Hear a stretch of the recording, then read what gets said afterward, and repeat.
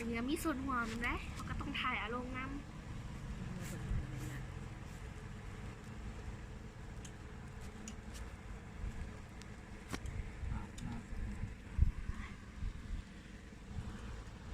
ชื่นมื่นเนาะ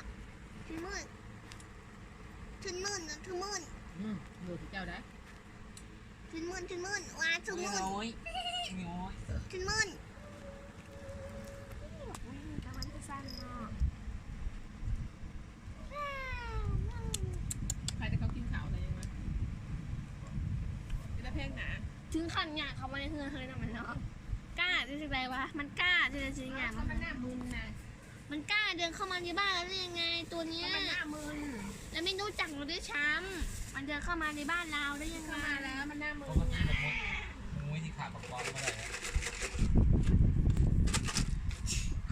โซเกียวโอ้ยปลากระเพงคาราเมลเต็มคาราเมลนั่งเสร็จเป็นกระดุกเนาะออกไปบักลายเอ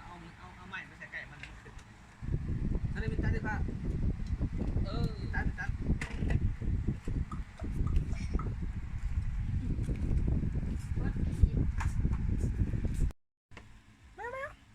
ขึ้นนั่งนู้นเจ้าให้ขึ้นนั่งนู้น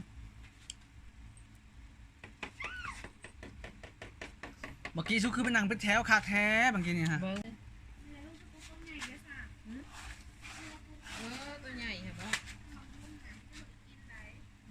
เบิ้งข้าวแล้วลูกเด้อเดี๋ยวไปหยอกกันนะชู